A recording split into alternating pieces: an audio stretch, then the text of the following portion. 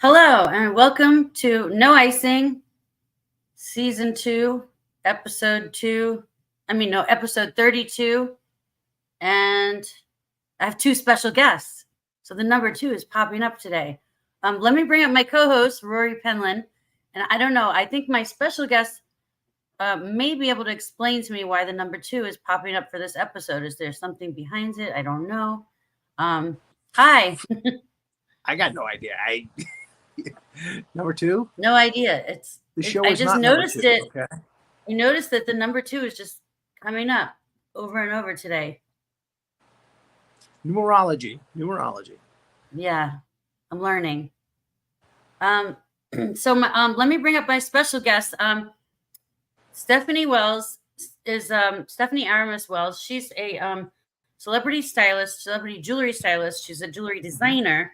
She has a book that I am lucky purchaser of and a recipient of, and I have it autographed because she's my friend and I love her so much. And I have some jewelry to show you guys that she's designed, but we're here also to talk about her new business. And then we have Brandon Valerino, who's a musician in Westerner, but he's also a licensed hypnotherapist, and he's my friend now too. So today we get to bring these two amazing people. It's always people best together. when you have your friends on the show. You always have. I know it just works out. It's less panic attacking, when they're your friends. Less panic attacking. And what was I going to say? Oh, and they're both into hypnotherapy, so I'm excited. So let's bring them up here, ladies and gentlemen. And if you're watching, say hi and where you're from. And here's Brandon and Stephanie. Hello. Hey. Hello. Nice to see you guys. Good to see you. See you. We're twinning, Sandy, with our glasses and our lipstick. That's because you're my role model and mentor. Oh, I want to be like you. Oh, you're sweet. You're perfect. Trust me, you're perfect. I think it was just a coincidence, but it's nice. It's funny. No, I love her. She's got a style that I've always admired, and I look up to her. And she's worked with Rachel Zoe. I mean, she's worked with models and celebrities. Like, if anyone's style, I'm gonna accept their opinion. It's gonna be Stephanie. For sure. It's so funny. Thank you for that, because I have two kids. I have a 12-year-old daughter and a 16-year-old son. And so my 12-year-old daughter, because Sandy, because you have kids too. So she's growing into her own sense of style. So we'll go out shopping together and buying things, and she will diss my decisions and my choices as uncool. And in my head, I'm like, girlfriend, I am paying for those things because other people think I'm cool. So, my style has been able to take me to places that I'm super grateful for and have had experiences. But I think when we dig deeper and branding comes on board too, I think that it's all about creating something that makes you feel empowered. And when you have that empowered sensation in your body, you can do whatever you want. You feel good. So it starts with that. It's just one of my tools. Anyhow, I digress. Back to you, Sandy. I have a teenage daughter, and I have never been so uncool in my life as having in front of my teenage daughter. Dad, just go over there. Yeah. What do you it all goes out the window. It all goes out the window when you have kids. Like, they don't think you're cool at all. Yeah. You're the person that makes them brush their teeth. I mean, you're definitely not cool. We'll get the respect back later, but again, in the teen years, you're just uncool. Probably Brandon and I could talk about why the mental development isn't there enough for them to really get that, like, Led Zeppelin truly is the greatest rock and roll band of all time. But I guess I have to wait till they're 20. Yeah. Well, they're watching what you're doing, right? So you show that love for, Led Zeppelin. They turn 21 and they're like, I love freaking Led Zeppelin. And I don't know why, but I just do. It's because they've been watching you. Yeah. Yeah. Yeah. Yeah. Yeah, that's true. It's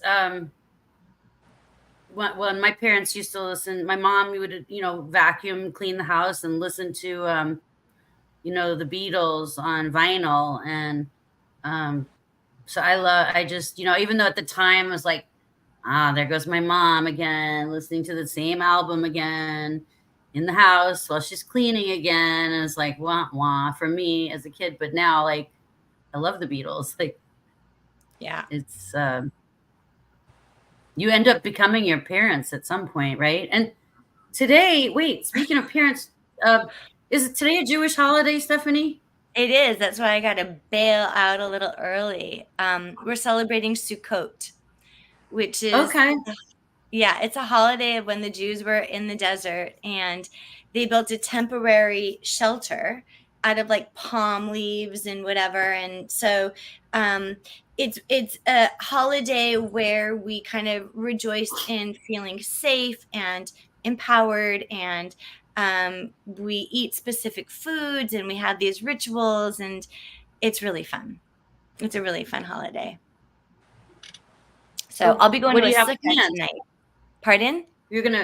Are you having people over or No, family? I'm actually going to go to a friend's house. She built a sukkah, and it's considered like a blessing to be able to build a sukkah and then have your friends come and enjoy it with you.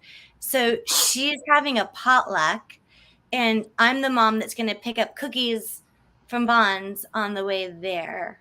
Everyone else is going to have like amazing food that they make, and I'll bring cookies, but it'll be homemade fun. stuff? I'll bring dessert. Hmm. Yeah. Yeah. Yeah, sometimes the idea of a potluck is nice because everyone brings something and you don't have to cook as much, but then I don't know, sometimes I don't always do well. My stomach doesn't always do well with potlucks. It's I like, suppose you need to learn what feels good to eat and what doesn't. yeah. So let me before we get into the hypnotherapy, let me just brag about my friend Stephanie for a little bit. So these are some of the jewelry items that I used to sell for her. I forgot the names of them because it's been quite a few years before kids. And I actually was selling this jewelry for her up until I got pregnant and I couldn't lift boxes anymore. But aren't these adorable? Look at these cute little. That was for our Ellie. That was the direct Ellie. sales component. Yeah, that wasn't Double Happiness. That was like an offshoot Aren't of are these double happiness or no? Okay. those are Ellie. So Ellie. Okay. I Yeah. love those So earrings. probably I love have a lot of those. Ellie stuff. The snake bracelet, which is fertility, right? And new life. Mm-hmm. I have this one that I love. This one, let me see. I forgot the name of it. I think it's white agate or white. That's a stalactite. So that is, how stalactites, they're formed by moisture and it drips down, and they're like this conical thing. It's actually a stalactite slice is what you have. And in the center, there's a little eye, and that's where the moisture first came down. And then it will like spikes of a wheel. It kind of grows. Wow. I used to always forget and I have which was these earrings. stalactite and which was stalagmite. You just helped me remember.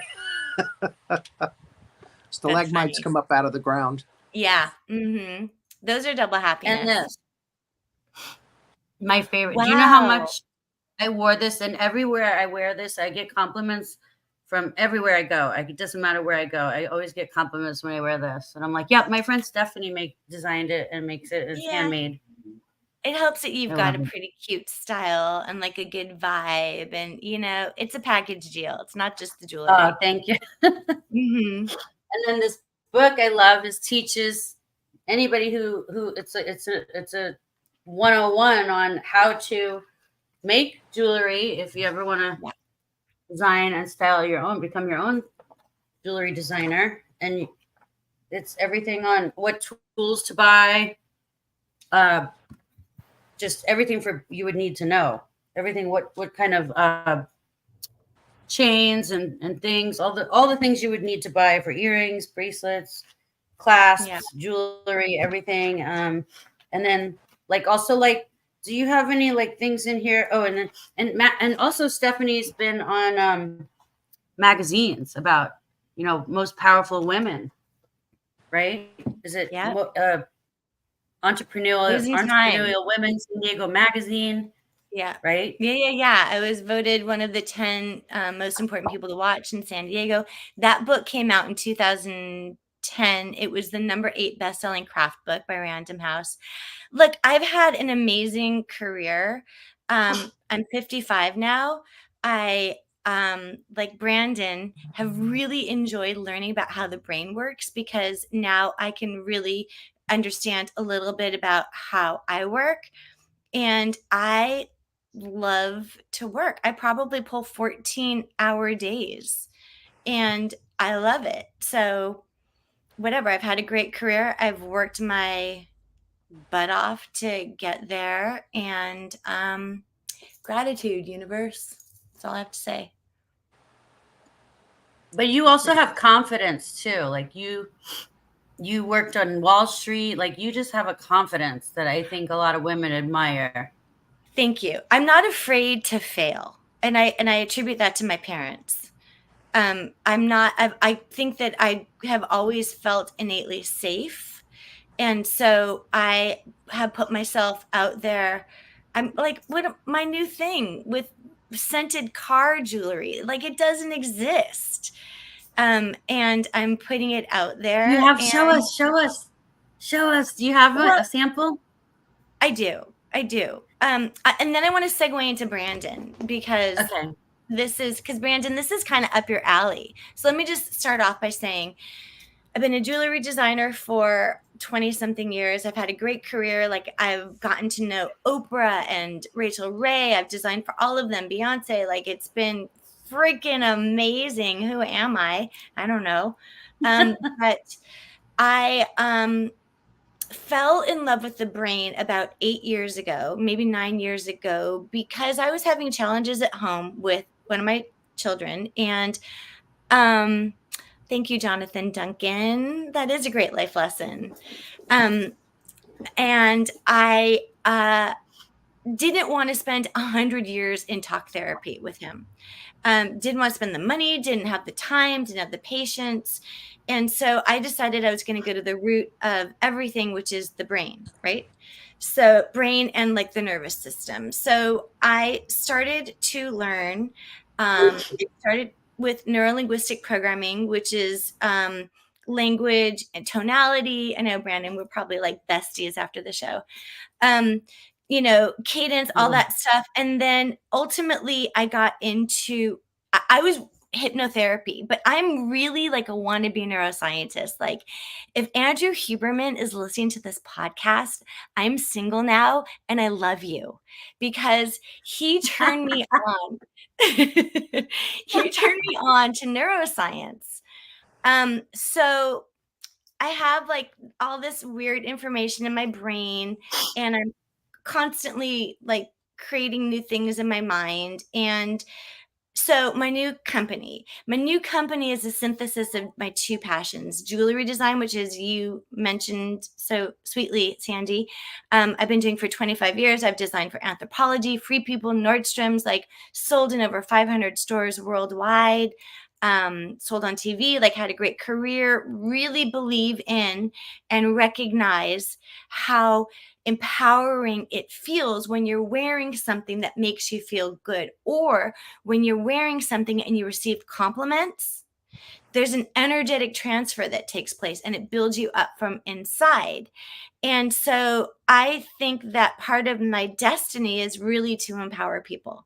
So my tool for many, many years was jewelry. Then I became obsessed with the brain. Then I was like, I'm going to quit my job when I'm 60 and go back to school and study neuroscience. And then I don't know how it happened, but somehow I came up with this idea for scented card jewelry. So the idea is to make something beautiful that smells good. So you have your olfactory system that gets impacted, as well as your visual cortex that gets impacted. Those both hit different regions of the brain that have different impacts on the body. And the overall idea is and you live in LA, Brandon, so you're going to love this one, is to take back the time that you spend in the car and use it in a way that serves you. So and then when you feel good, when you're on your car adventure, then you feel good when you arrive. So it's like this whole double-edged sword. So I'm using hypnotherapy. It's a tool for self-hypnosis, as well as, your nervous system, your olfactory system, and your visual cortex. And I'm giving you something to look at that smells good to transform the way you feel. So on that note, I'm doing what I shouldn't do, but I'm giving you my back for a second. So hold on 1 second. Because I'm not that organized. Okay. So this is my first one. Oh, So it's beautiful. It's really high quality. It's metal. It clips onto your AC vent. I love It's it. I got need a one. metaphysical gemstone.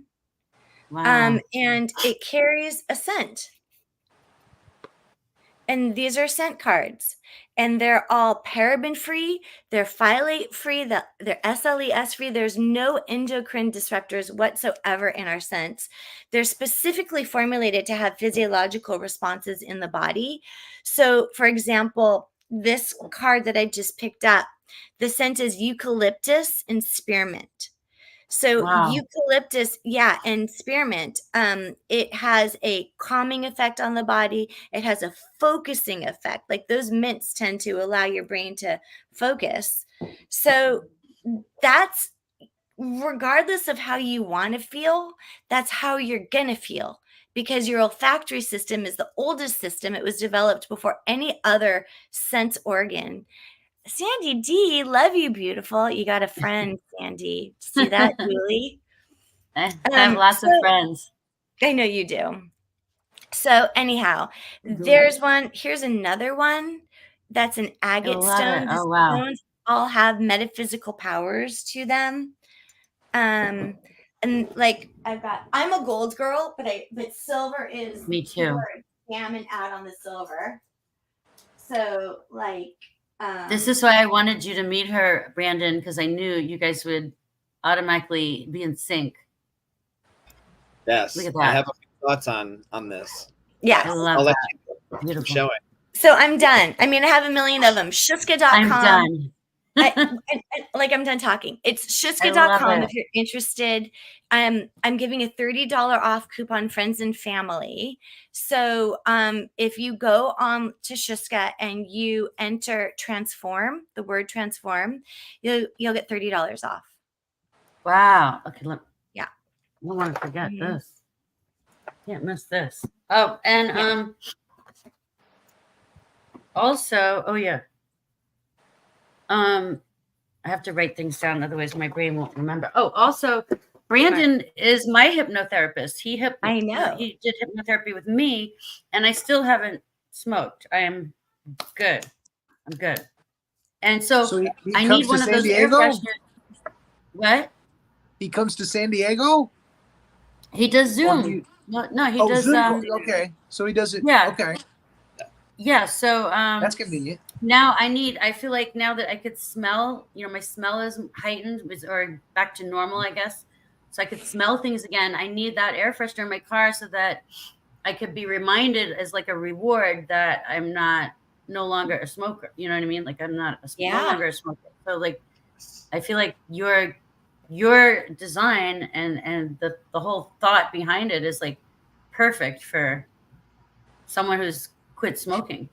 Congratulations. That's a hard thing to do for both you and Brandon. So well done, you too. Thanks. Mm-hmm. So what I liked, first of all, it's awesome to hear that you did NLP and you trained in it. One of the things that you were mentioning is scent and visual. And it's actually something that I did with Sandy as well, was helped her and other people with something called an anchor, right? Exactly. 100%. And, if you aren't trained in NLP, like probably most people watching this, an anchor is just something that like gives a physical response from the body. So, for example, you might hear a song and immediately think of somebody. That's an auditory anchor. or you smell something. If you've ever walked into a restaurant or somebody's house and it like almost like this smell of like grandma's cooking or like mom's cooking, it's an olfactory anchor. So I think it's really cool that you've connected a scent and put it in someone's car, because you're right, the car is an anchor. It's a locational anchor, and for a lot of people it's a negative one, especially if you live in LA. Getting in a car is a negative place because you're spending hours in traffic, where if you can change it so it's more positive, maybe it's a time when you reflect, or you listen to a podcast like this one, or you're listening to music, something that is more positive than gripping the steering wheel and flames coming out of your head from the rage, right? So rage.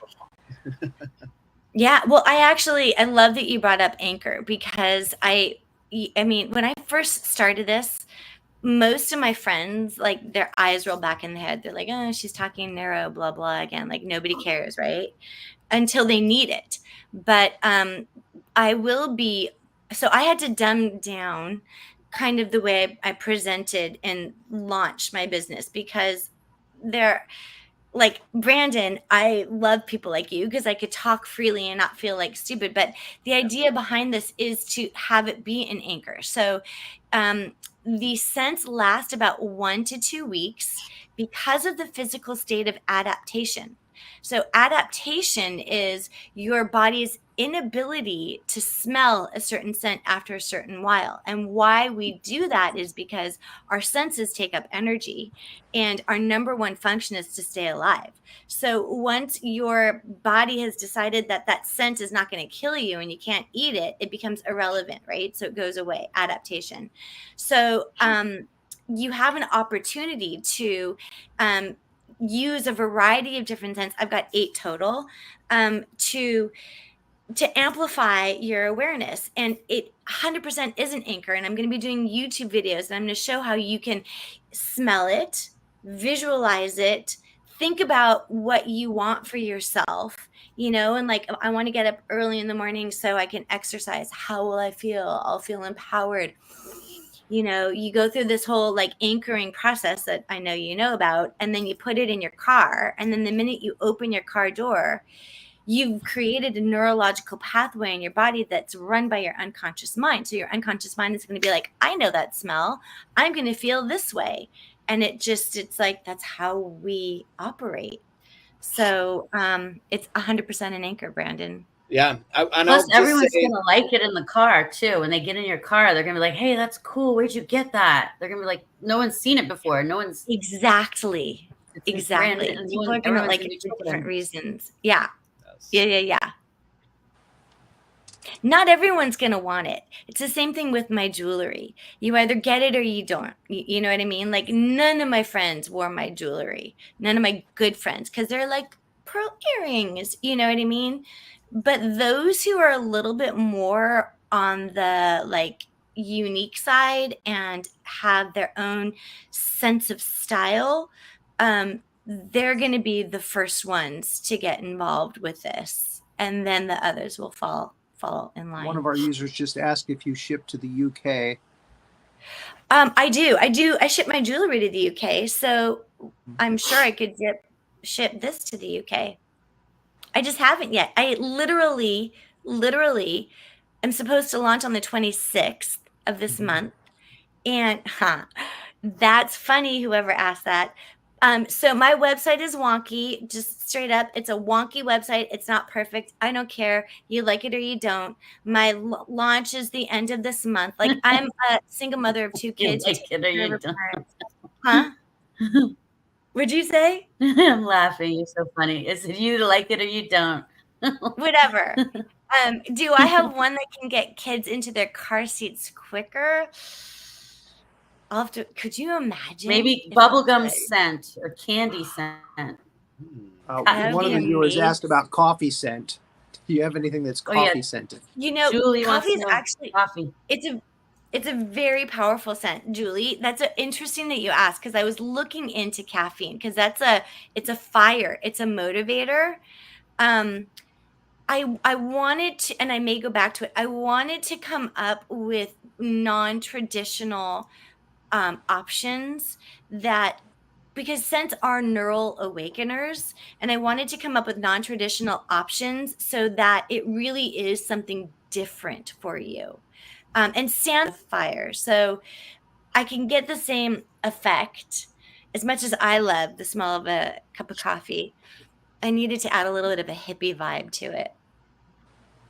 I love the smell of coffee too, except when I was pregnant, could not stand the smell of coffee.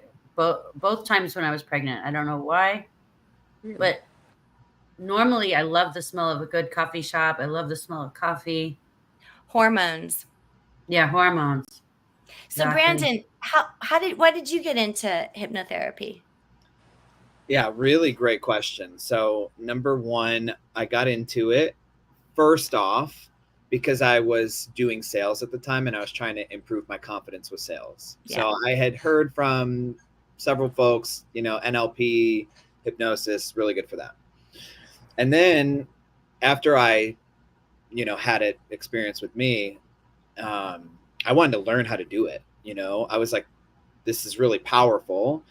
So then I learned hypnosis, I learned NLP, and I started coaching people. And the more I do it, and I do it every day now, it's like, it just continually amazes me how almost simple we are. Like, I don't want to like put us in a box and say humans are simple, because we're not. We have infinite potential, but our mind is very predictable. Yes. We're like, as a species, we're very predictable in our behavior and like what's caused us to act a certain way. And so I'm, it's funny, earlier you said, I'm a little nervous to like, talk to other people about this because, not everyone can handle it. And I just, at this point, I just say what I want. I'm like, you either going to get into it with me or not. Like, I really don't care, at this point, because I could talk about this for hours, and I think most people need to see it to believe it in a way. And I think everybody has their convincers. And I think Sandy, if it's all right, if I use you as an example, she wasn't even quite convinced that it would work until after her session. She was still like, I don't know. I mean, I love smoking cigarettes and blah, blah, blah. She was convinced after she quit, and it was easy, and she's a non-smoker now, right? I think one of the things that we have to educate the people about is, hypnosis is not what they've seen in the movies, and it's not that stage. You know what I mean? So like, I talk to people almost every day. So, okay, it's funny, Rory, you do this because there is something we do called pendulum, but it's not like this. It's not. Yeah. But, you're absolutely right, Stephanie. Like, there's so much misunderstanding, and it's purposeful. Everything is purposeful in life. Let's just be very clear. If stage hypnotists keep it mystical and keep it mysterious, then there's this like, wow, entertainment factor, where in reality, when you're watching a stage show, that hypnotist is picking the most suggestible people in the audience, and they can see that. They're watching, they have really good sensory acuity of the audience. They can see, okay, this person's going to be very, very hypnotizable, this person, and they call them up. And then these people are often also wanting to be the center of attention as well. So you don't even need to be under hypnosis. You tell them to quack like a duck or, bark like a dog. They're going to do it anyway. Right. Yeah. But they go under hypnosis and, then they do these silly things, and it's entertaining and it's fun. And then they snap their fingers and they don't remember anything. That's totally possible, but it's very much entertainment, right? It's very powerful if you tap into it. And just to round out this thought, the thing that scared me for a while before I got into it, and I'd love to clear this up for anybody who's watching, is hypnosis is not mind control. Yes. Everybody is doing something to you.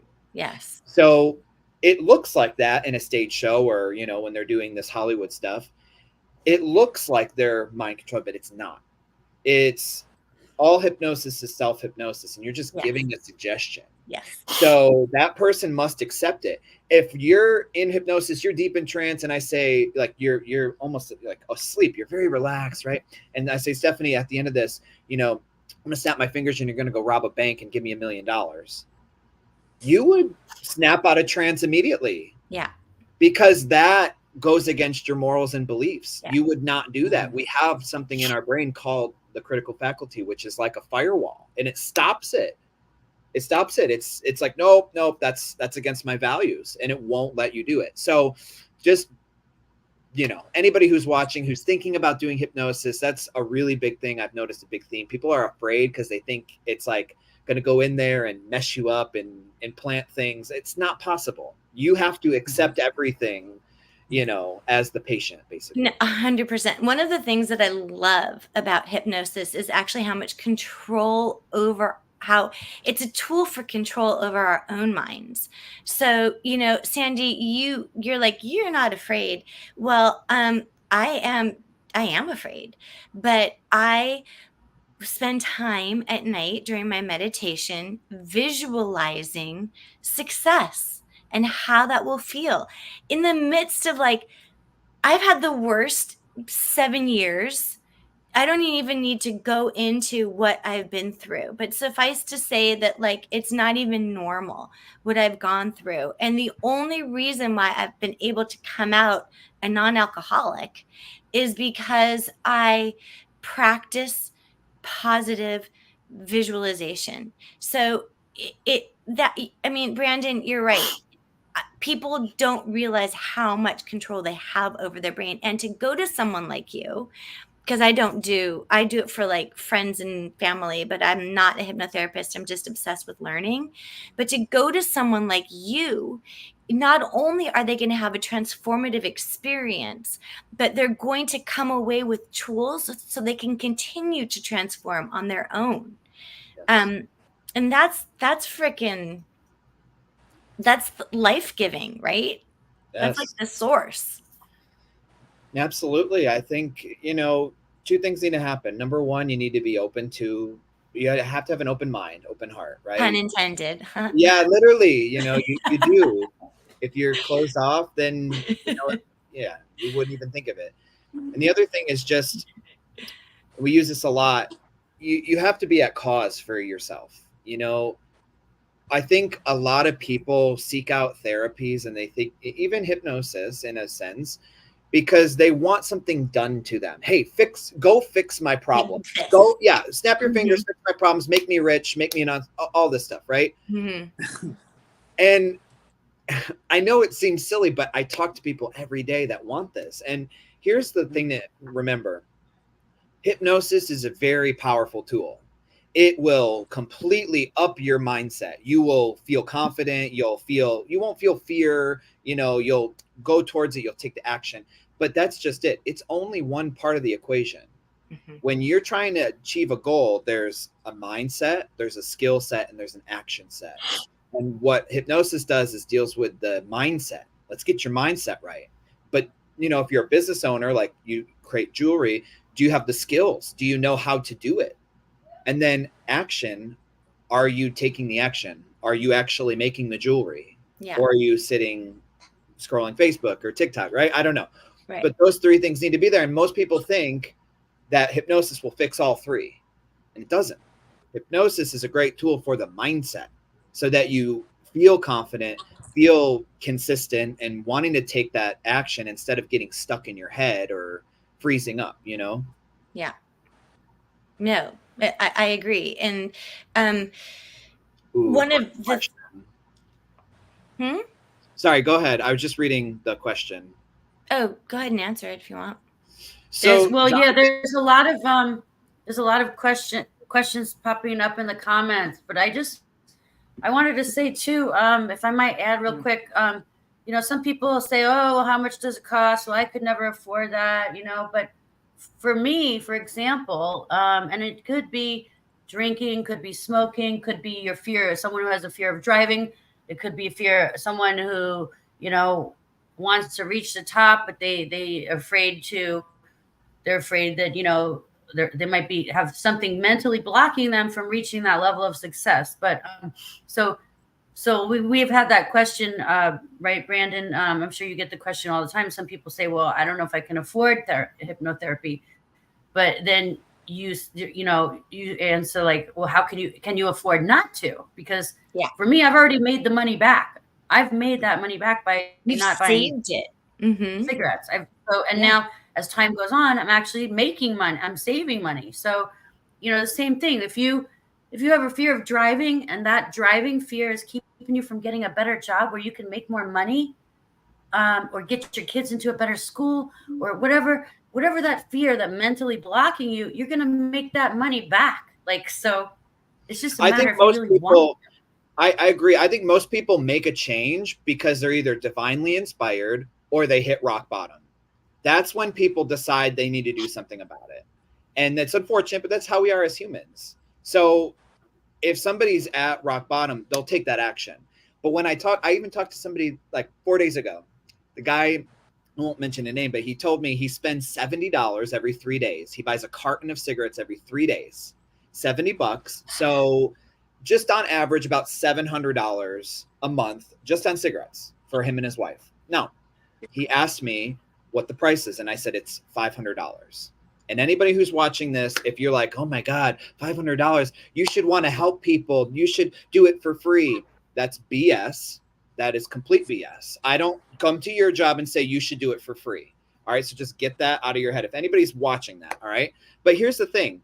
It's not. It's a value exchange. I'm literally not just saving you thousands of dollars, but I'm saving years off your freaking life. I'm saving you the embarrassment of smoking cigarettes, the smell, the disgusting looks you get from people. I'm saving you all of that for $500. I think that's pretty freaking cheap. Is this your specialty, Brandon? Is smoking your specialty? I don't particularly have one specialty, but I'm passionate about smoking because I lost my mother to smoking. She smoked 30 years, died of lung cancer 5 years ago. And, I didn't know hypnosis back then. I didn't know these techniques. I mean, she was open to it. I actually asked her once. I asked her if, she ever would consider hypnosis. This was before I knew anything about it. And she said I had tried it, but it didn't work. Now, I want to just say this. When people say it doesn't work, it's because they didn't want to quit in the first place. 100%. I have, out of 100 people, one person out of every 100 will need a backup session, which means I'll see you a second time and we'll reinforce it. That one person didn't actually want to quit fully. They had something else holding on to it. Because if you want to quit, it's it. You come to me, it's one session and you're done. But you gotta, what was the first question I asked you, Sandy? we had a consultation and you asked me a lot of questions. Why do I want to quit? Is this what I really want? Yeah. You gave me like an evaluation meeting because you want to make sure that this is going to work. You gotta consult with your client and make sure this is what they really want. Yeah. Nobody's forced. In other words, no one's forcing me to do it.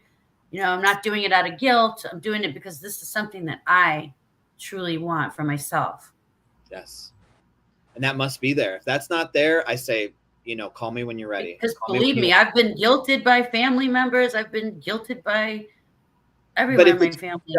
Pressure from people in my family, pressure from people at work, the comments. I mean, it never ends. If somebody says, oh, my wife wants me to quit, so I'm coming to you, I say no. That's not strong enough. Your wife, you've the got one who want smokes, it. He's got to want it. Exactly. So, yeah. I do want to mention somebody, Jonathan asked. Unless you have a really mean wife. And then. Yeah. No, you have to want it. I think with anything too, like anything, you want a better job, you want a better career, you have to really want it and then be willing to go out on a line and take and do the hard work. Yeah. And if it's brain work, that's hard work. Changing the way you think, that's hard work. There's work involved, right? The first couple of days was hard for me. First 2 days were the toughest. much it went down. First 2 days were toughest. First week, it gets easier. Second week, much easier. By the second week, it's not even in your thought anymore. Like, I'm really happy for you, Sandy. I've known you for a very long time. Congratulations. It's great. thanks. Yeah, Mhm. it is embarrassing. got a- I mean, I don't like I've talking got a about it question for actually, you, but Brandon. Yeah. You mentioned that people can tell in like a hypnotherapy show in an audience, they can look at members of the audience and see if those people are more apt to do Yes. the hypnotherapy. Is it the same when you go on Zoom calls with people? You can look at them and go, okay, this one he's not gonna do it. Or Perfect segue. So let's do it right now. All right, all three of you. We'll do a test right now. All right, everybody, take your hands. Take your hands. All right, now put them like this. Put them like that. All right. Now, if you want, you can close your eyes. But this is what's called a suggestibility test. All right. Now, I don't need to do this if you're a client. You're coming to me. We might need to do this, but no. Okay. So look at your hands. If you want to close your eyes, that's cool. I want you to imagine for a moment that your two hands have opposite sides of magnets, and one side is positive and one side's negative. And what that means is your hands just slowly start to come together.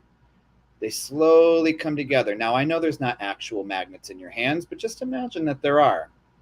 Imagine for a moment that your hands are just coming closer together. They just want to touch. You see, they both have magnets in them, and they're just wanting to come closer and closer, and just allow them to come together. Now, all three of you are quite suggestible. I know there's not magnets in your hands. But if your mind can say, for a moment, I'm going to suspend my disbelief, some amazing things can happen. So that's what they would do at a stage show. They would do, see, Roy is like, and he might say, all right, now they're stuck together. And now the people in the audience who are doing this, they can't unstick it. That's the people who he's picking. There's also, and there's a lot of tricks too. I mean, that kind of stage, like hypnosis, is also considered something called mentalism. And I actually took a class. I don't know if you go to the show in Vegas every summer, the hypnotherapy show. no, I don't. Oh my God, dude, you're welcome. I'm turning you on to something huge. It's the world's largest hypnotherapy show. So hypnotherapists from all over the world come and we learn. And there's pre-conference classes, there's a conference, and then there's post-conference classes. And so I took a mentalism class just like because I don't know. And so because it was funny to me, right? Like that. So it teaches you how to look for the marks. It teaches you how to misdirect eye movements so you can accomplish something. It teaches you how to it's just like those tricks that people don't even know to look for. Yep. So it's like a whole science. It's a anyhow, I hate to say this, but I have to take my parents to the airport. So I let Sandy Oh, know early. I gotta go. I'm so sorry. that's okay. We understand. It's a Jewish holiday, and you have to celebrate. I gotta take him to the And it's airport. a blessing at your friend's house. Then I gotta go get my daughter. Then yeah. See why I work 14-hour days? I got a lot going on. And the kids are So nice expensive. to meet you. Oh yeah, so shuska.com, can we directly order there, or do we need to go find a store? No. I haven't even shipped yet. So I mean, I haven't shipped my wholesale orders yet because those deliveries are like November, December because they're for holidays. So go to shuska.com and you'll learn a little bit more about how it works. And you can learn about like the scents and the chemical free nature of the scents. And don't go to doublehappiness.com because I don't want to make jewelry anymore. So, but go to, you can go and you can see what I've done in the past, but go to shuska.com, get a tool, transform your life, call Brandon. Between Brandon and Shuska, you got it made. That's right. Mm-hmm. Thank you, Sandy. Thank you. I love Rory. you. Thank you Yes, so say hi much. to the family and thank you so much. Everyone go follow Stephanie. She's always doing something amazing. Um, and thank you for coming, Stephanie. And yes, and I need to get my car scented jewelry. And don't forget that friends and family discount. Transform. Yeah, Don't transform. forget. Yeah. Because of the stores that are carrying my product, like the Anthropologies, the Free Peoples, they're going to retail at a price point that fits that audience. I'm giving you guys an option to kind of bring it down to earth a little bit. So, yeah, transform. And we'll talk more about it on the 26th. I think you're coming back on the 26th. So I think I hope I'll am. have my car scented jewelry. I want to have my shoe scrub before then. We'll make it happen. I'll meet you in a parking lot We'll make it somewhere. happen. We'll do a Okay. handoff. I Okay. love you. Thank you so much. Bye. Bye. Now, I'm Hi, sorry. guys. Oh, I know you wanted to I answer don't that mean any question, Brandon. disrespect, but Brandon, the use of the word mark when you're describing somebody that you're looking at who might be more into doing something like this, I don't know. That just suggests negative to me. Oh yeah, he's the mark. What could you call that person where it doesn't sound like, oh, this is somebody I'm going to take money from?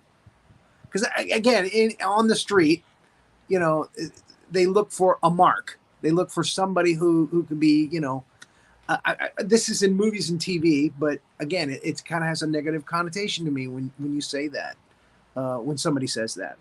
So, Okay. Wait, first of all, it looks like some people are still stuck. So yeah, definitely anybody who still has their hands stuck together, well done listening, but you can go ahead and unstick. Now, I'm sure that was one of my friends this is joking real. around. People are very suggestible. That's good. Whoever that was would be be able to heal themselves very well. So I guess here's what I'll say to that. am I overreacting to that? I'm sorry. In any industry, there's gonna be good people and there's gonna be bad people. It's not industry specific. So I can't say all the ways that somebody who's a hypnotherapist might take advantage of somebody the same way somebody who's a lawyer or a doctor or a teacher can take advantage of somebody, and I'm not trying to paint negative pictures here, but there's bad people in every industry. So and again, I don't mean any disrespect to her. I think it was just a bad choice of words. Is there a better word for someone who is more susceptible to this type of thing that you can see, that you can Oh, you mean I just think I think it's meant as a business thing, like your target, right?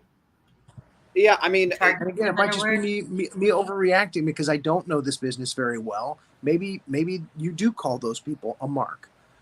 I don't. I don't call them that. I think anybody who's in a business has something called an avatar, and an avatar is like your ideal client. And I know who mine is. Okay. Any business owner should know their avatar. That's not the blue guy from the movie. It's like, hey, my avatar's name is Sandy, and she's between 30 and 40. She smoked for 20 years. She has kids, and she doesn't want to smoke anymore because X, Y, and Z.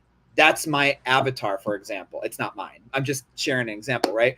So I would. Again, the only reason I brought it up was because maybe she didn't realize that she made that statement, and maybe she didn't realize that some people would see that as negative.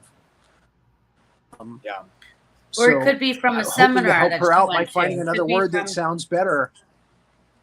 Yeah, it's probably the terminology that they use at the seminars or something, Yeah, no, I'm not sure. And again, I might just be overreacting and shut my mouth.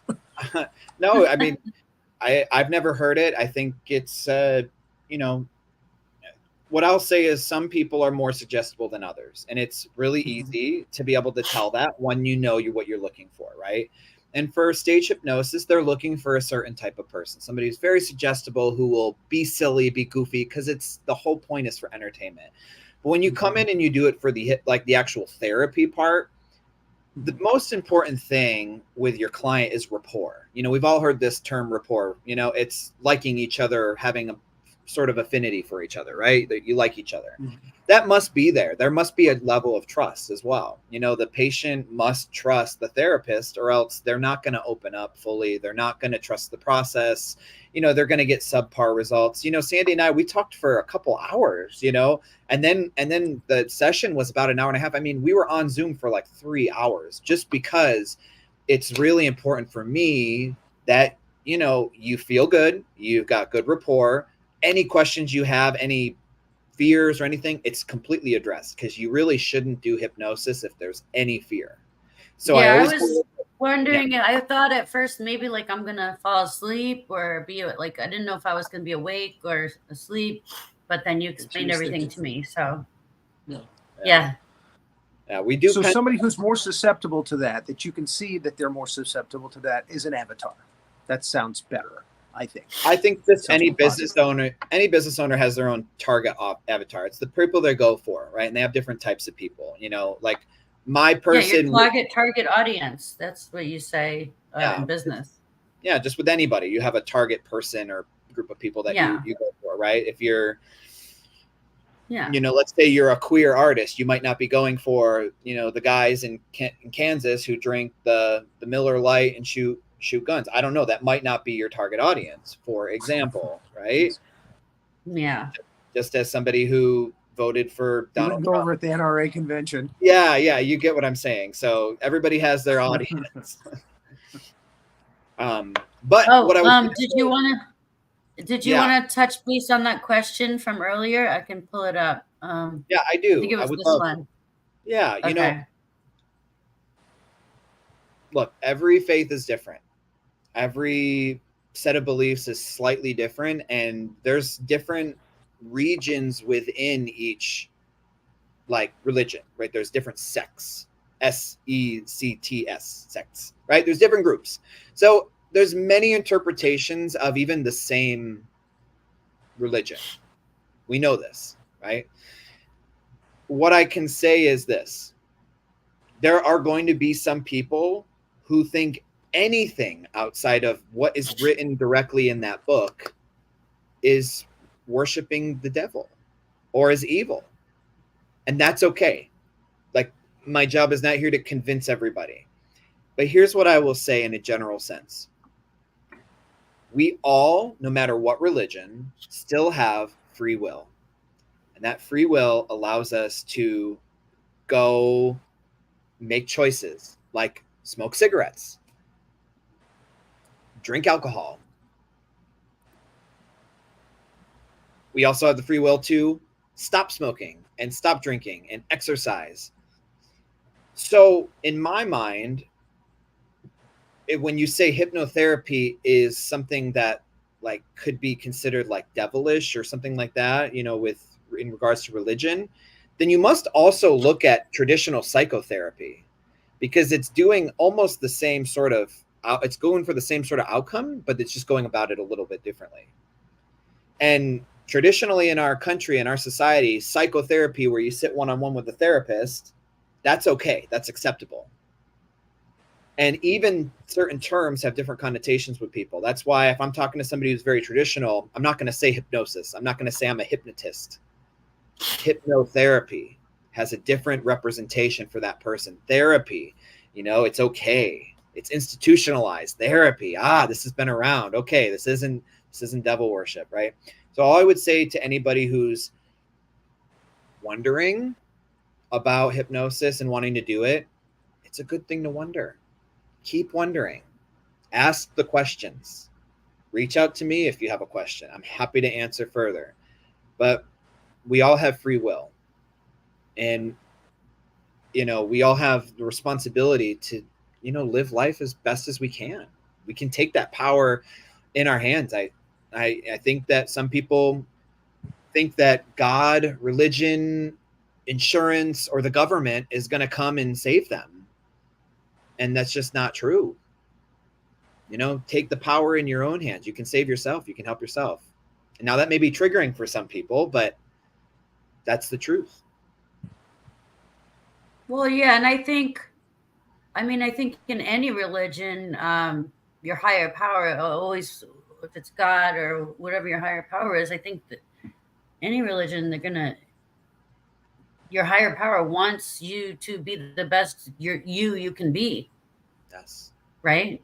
Yes. Whether it's being a mom or a wife, or you have a job, or you work with children, you work with old people, whatever. Just think. I think God and your higher power wants you to be the best you could be that in this lifetime and on this planet. Be,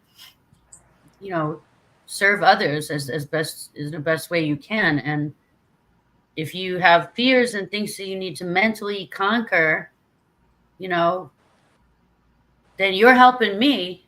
So you're serving others by helping me.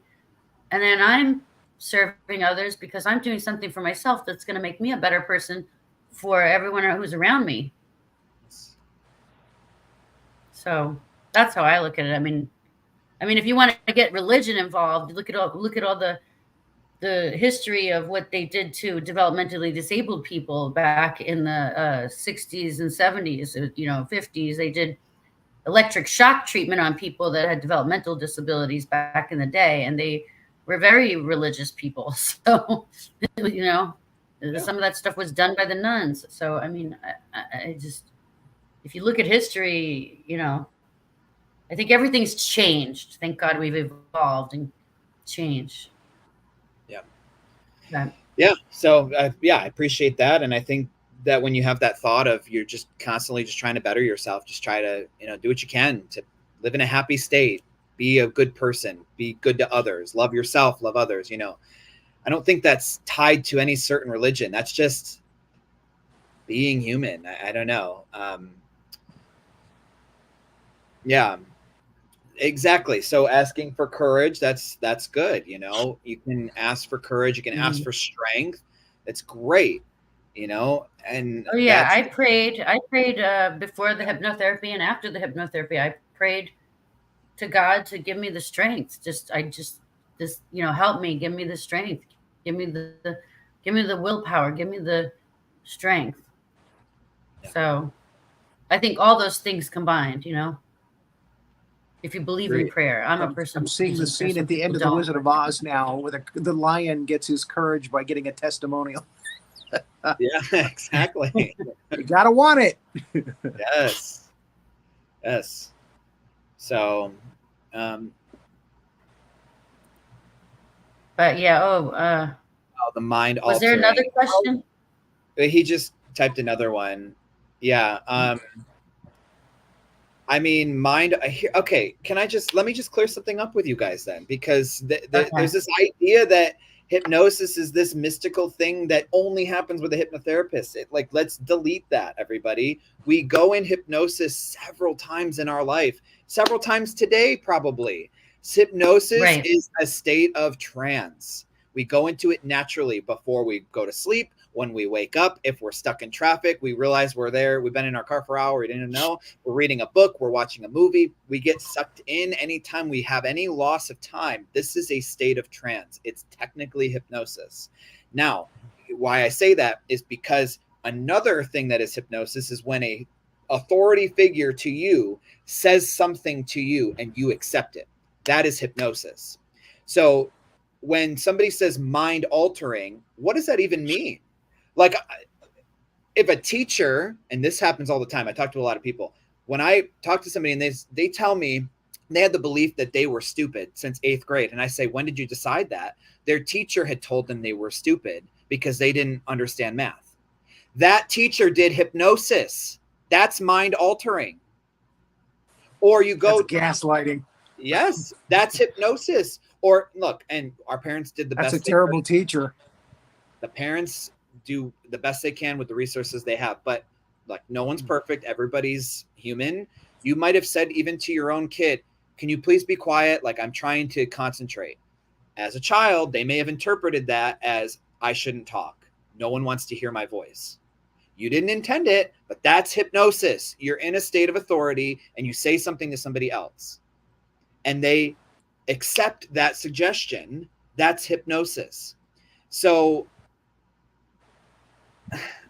you're already being suggested by many things, from the government, from schools, from religion, from your parents, from your peers, the news. So how let me ask this. How would hypnotherapy, would it be okay for someone that does have developmental disabilities? In what sense? What do you mean? I am not a math person. They say that that's one side of the brain. The other side of the brain is the creative side of the brain. I just hated math when I was going through school. I was not good at math. So could hypnotherapy improve my math skills? I guess is what she's saying. That's what I'm kind of getting from what she's saying. Well, Rory, when did you decide you're not good at math? Again, when I went into algebra, and they started throwing letters at me to add and subtract and multiply, I was like, wait a minute, what am I going to do in my life where I need to use that? I can count money, I can see dollars and cents. And so I just fought it, and I consider myself just not a math person. I'm just not into it. It doesn't thrill me, to do a math problem and solve that math problem, like some people. Again, I'm more drama, music, art, that's the other side of the brain. The left side of the brain is the art. Is it the left side? I always forget which side it is. Yeah. But yeah, I've always been that kind of person. I'm not a science or math person, I feel. Okay. And I would ask you, when did you decide that? At some point you decided in your life, I'm not a math person and I'm a creative person. There's nothing wrong with it. It's okay. Mm-hmm. You can decide whatever, but also know that you've limited yourself when you decided that. I'm just saying, and I'm not coming for, trust me, I have a lot of passion. It looks like I'm coming for you. I'm not, but I don't know if it was a teacher who said, well, you're not understanding this quite right. Maybe we should, mark this wrong and mark this wrong. Maybe that's what decided, or maybe you just didn't do good on a junior college. I had a programmed algebra math class that it took me 3 times to get through that class with a D, because I just wasn't motivated to do it. I just didn't want to do it. Yeah. And if a teacher had sat with you and said, hey, maybe we can help you go this way, you would have understood it. I'm not saying you would have woke up every day and said, I'm going to do algebra problems because I enjoy it every day. But you would have known, you would have learned it. You would have had that help. That person could have helped you. And just.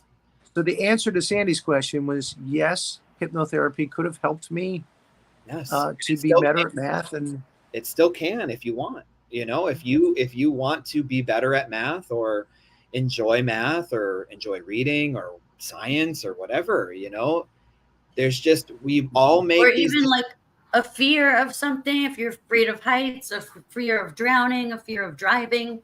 I have friends that will not drive on the freeway. They're terrified. It gives them major anxiety and panic. Yeah. Basically anything. Yeah. It's just anything that is you're stopping yourself. Anything most things that prevent us from things is in our own head. I think that we all decide things unconsciously and then we accept them and we say, okay, well, this is how it is. And sometimes we blame outer circumstances like, oh, I'm sad. And that's because I can't get a job. And because of that, I'm going to continue being sad or something like that, right? You just hypnotized yourself to say that you're not going to get a job and you're sad.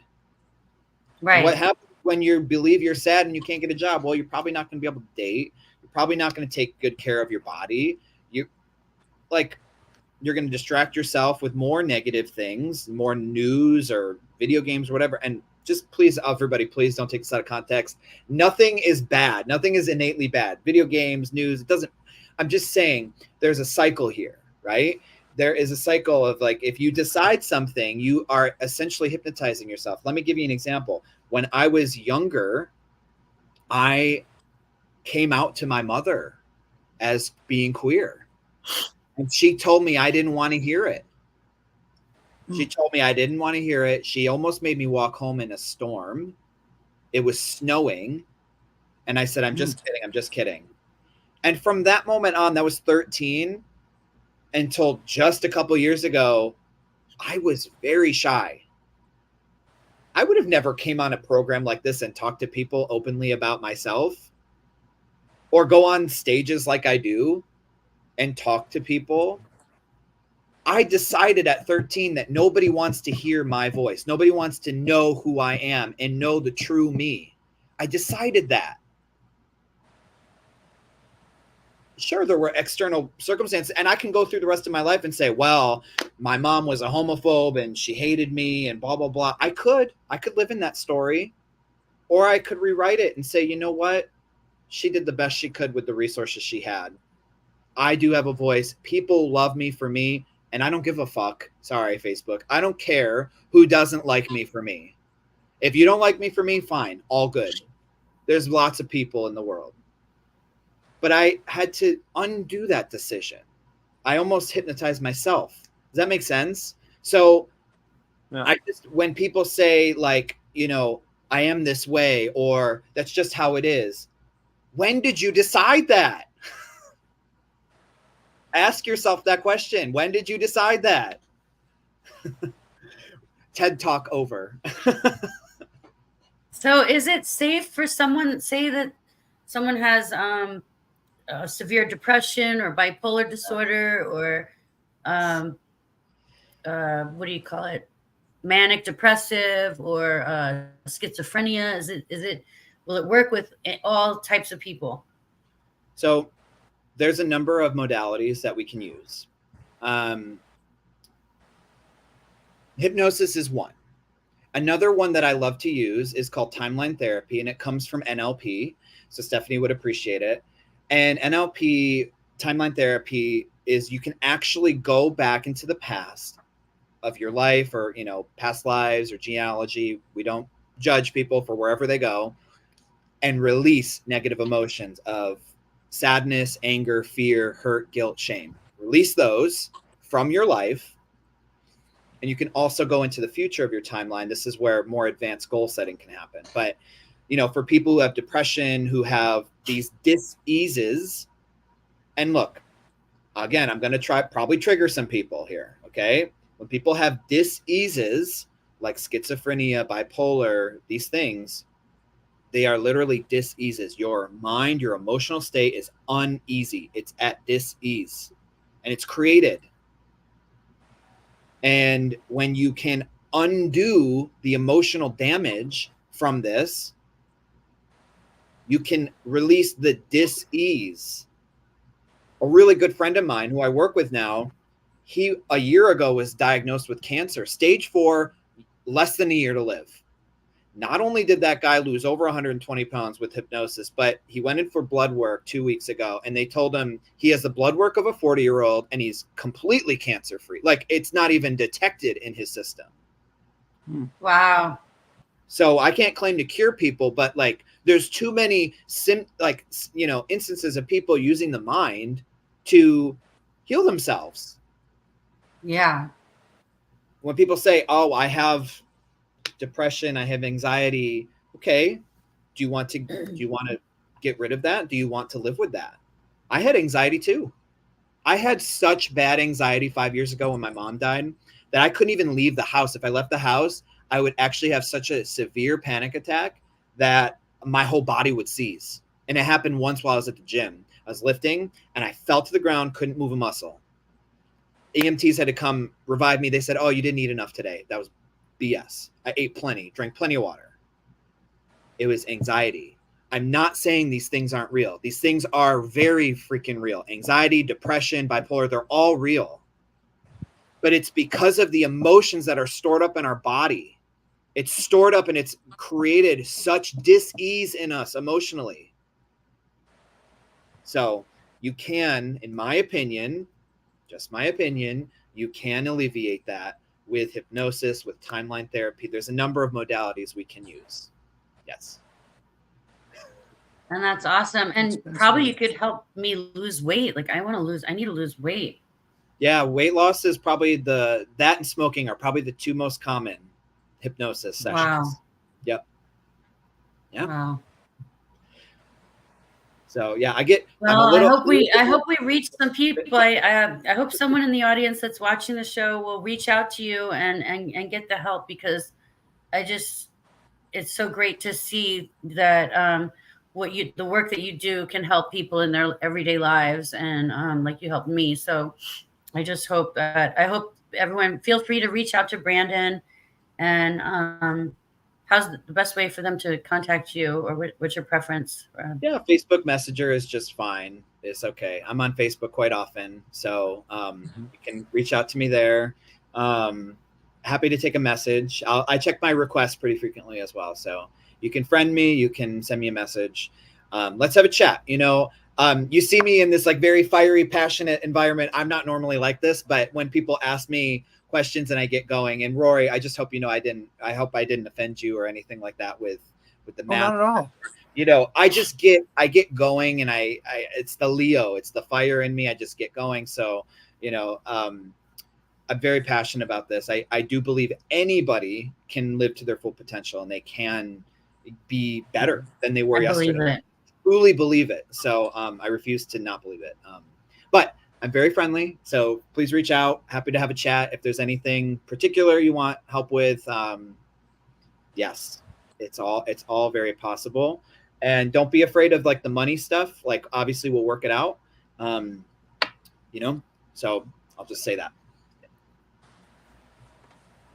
Very nice meeting you. Thank you for coming on the show. Reach out. Don't be afraid to ask questions. And John wants to hear about your music next time. Yeah, we'll have to have you back on because we ran out of time.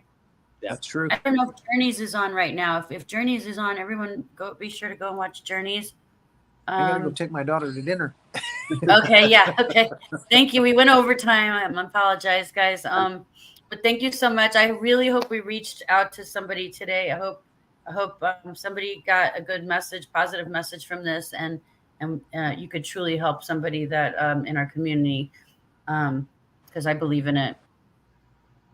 Thank you. Thank you for having me so much. Really enjoyed it. Thank you, guys. Thank you, guys. We'll see you soon. Thank you, guys. Oh, and Crafting with Patty B tomorrow morning at 1 p.m. Eastern time. Bye, everybody.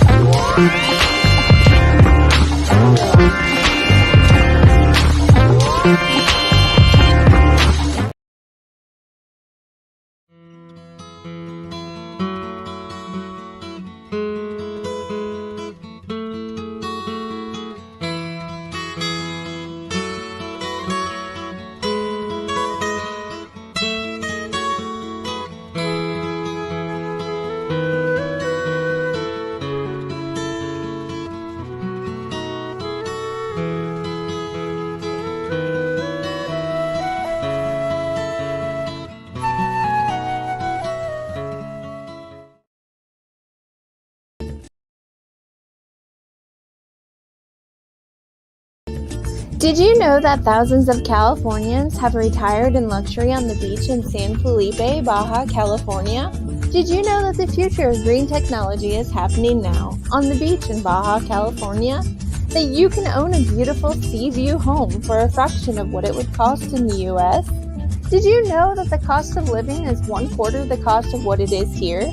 Discover Rancho Costa Verde, an amazing cutting-edge green community on the beach at prices you haven't seen in your lifetime. Not a lease, not a timeshare, full ownership home sites with 180-degree sea views starting at only $22,500, with terms and financing that make it affordable for almost anyone. To receive additional information and learn how you can visit the property, call 1-800-211-7400. 1-800-211-7400.